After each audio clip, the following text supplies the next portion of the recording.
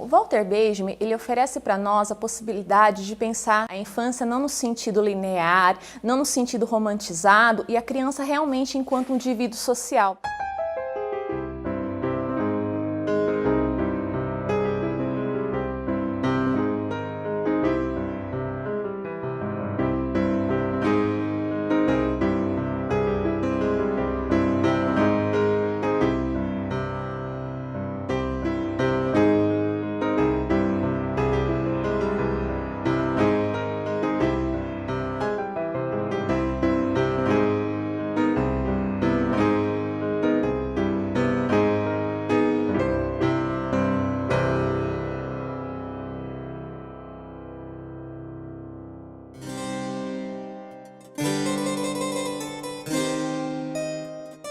A biografia do Walter Benjamin tem todo um relato do quanto ele nasce numa família abastada, uma família com tradição judaica, onde seu pai era banqueiro, sua mãe era filha de grandes comerciantes. E nós vamos encontrar na obra dele uma reflexão muito pertinente que nós desdobramos no campo da educação.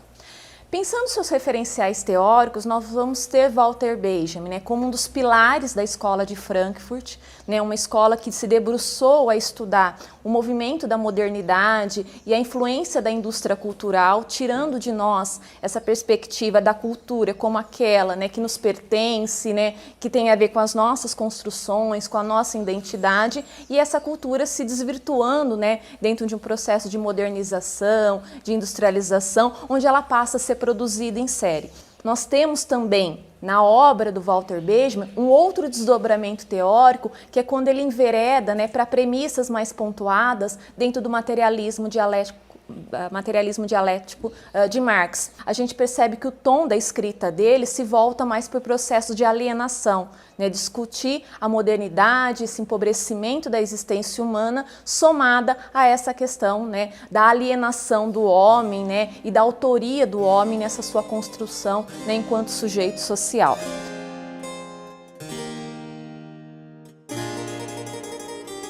Então, a defesa do Walter Benjamin, quando nós pensamos a educação, é de pensar que, por exemplo, quando nós falamos do brinquedo e da importância do brincar na vida da criança,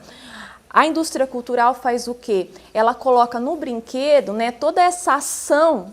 imaginativa. E aí o Walter Benjamin chama a atenção dizendo que isso é um grave erro que nós cometemos, isso adentra o nosso mundo contemporâneo, onde achar que o brinquedo mais estimulante, que vai promover as formas de aprendizagem,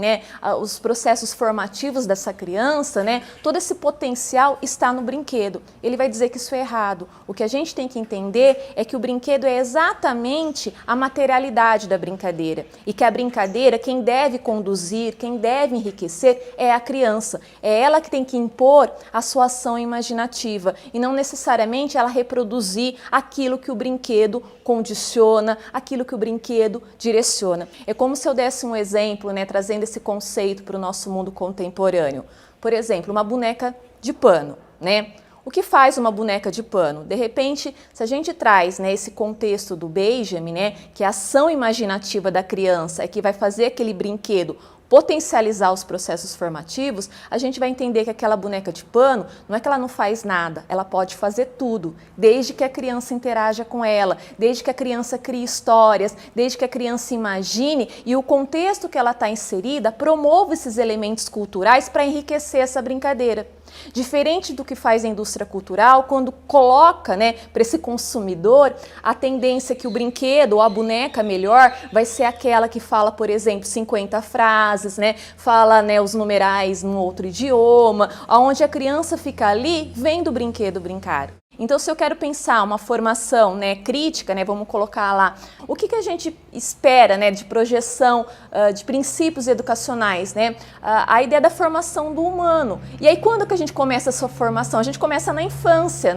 E que protagonismo nós oferecemos para a criança? Que formação de valores, que formação de princípios, que formação até mesmo política, A gente pode perpassar quando a criança, ela nunca vai conceber o mundo tal qual como adulto e brincando ela pode representar, ela pode interpretar, ela pode ter brincadeiras de papéis sociais, onde ali ela tenta, né, pelas suas funções psíquicas, né, que estão sendo desenvolvidas, ela consegue entender o seu entorno, ela consegue fazer essa leitura da realidade.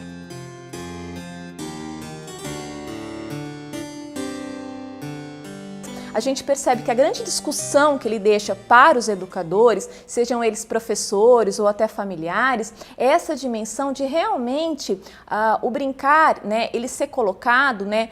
dentro de uma possibilidade em que a gente respeite o protagonismo infantil e por mais que a escola, né, tenha um projeto, né, e tenha práticas pedagógicas intencionais, planejadas, que a gente consiga pensar uma escola, né, que se organize da seguinte forma: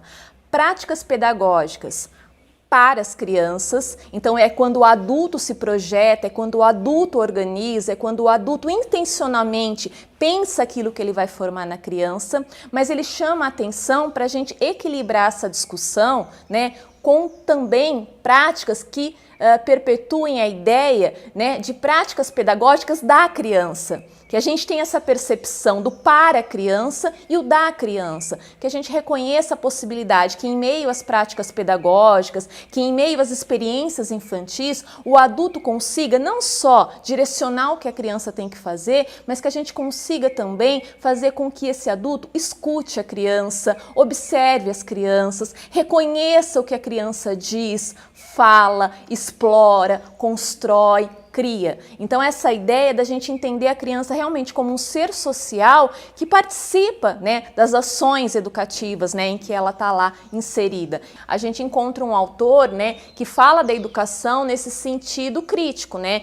quem nós estamos formando, quem nós vamos formar, e a educação nesse sentido, né, de realmente ir ao encontro daquilo que já estava posto, né, até pelos autores da indústria cultural, no sentido de alienação, né, da gente não ter a formação de um indivíduo crítico, né, a ponto de se apropriar da cultura, né, e conseguir fazer uma leitura de mundo. Quando a gente pensa a questão do conhecimento, eu acho que existe uma defesa, né, da qualidade desse conhecimento, né, que esse conhecimento não seja empobrecido, reduzido, né, e sim que a gente consiga tornar então a cultura e o conhecimento acessível a todos. A gente pode entender que para os nossos dias, né, ele poderia nos ser útil, né, no sentido de ser contra uma educação, né,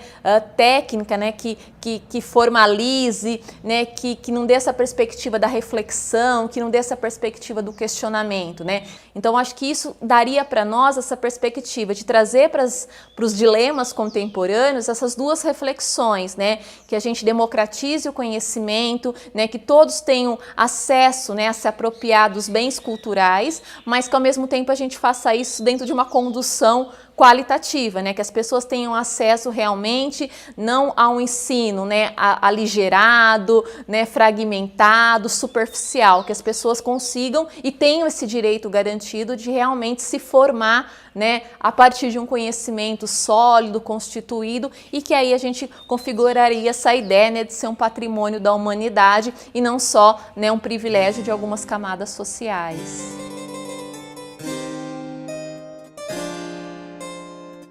O que os autores, né, se debruçam na Escola de Frankfurt é pensar, por exemplo, o conceito de cultura, né? A cultura no sentido, né, que configura a própria história do homem, a própria história do seu grupo, a própria história, né, de uma narrativa que foi construída ao longo do tempo e que vai influenciando geração por geração. A indústria cultural, o que ela faz? Ela vai produzir uma cultura, então ela vai gerar dentro da mesma sincronia, né, práticas, costumes, bens materiais, né, mas dentro de uma condução fora do indivíduo, né? Alguém produz, alguém pensa e projeta para o indivíduo esses valores. Dentro de uma sociedade que produz isso em série, que inverte os valores e passa a entender que a existência humana se dá pela aquisição, né, dos bens materiais, dos valores, da própria configuração de um status, né, social que isso remete, e aí a gente passa a vivenciar, em meio a essa ascensão do capitalismo, uma vida humana, uma existência humana, uma experiência humana condicionada exatamente, né, pela apropriação de uma cultura que tem dentro da sua configuração a inexistência do indivíduo na sua construção. Então, a Benjamin, né, deixa para nós educadores um pouco essa chamada, né, de pensar uma educação mais emancipatória para as crianças, né, uma formação crítica, um reconhecimento da importância do brincar e um certo alerta, né, para essa massificação que a indústria cultural pode promover quando no brinquedo a gente deposita ali, né, toda a ação imaginária e a gente tira isso do ser humano, a gente tira isso da nossa criança.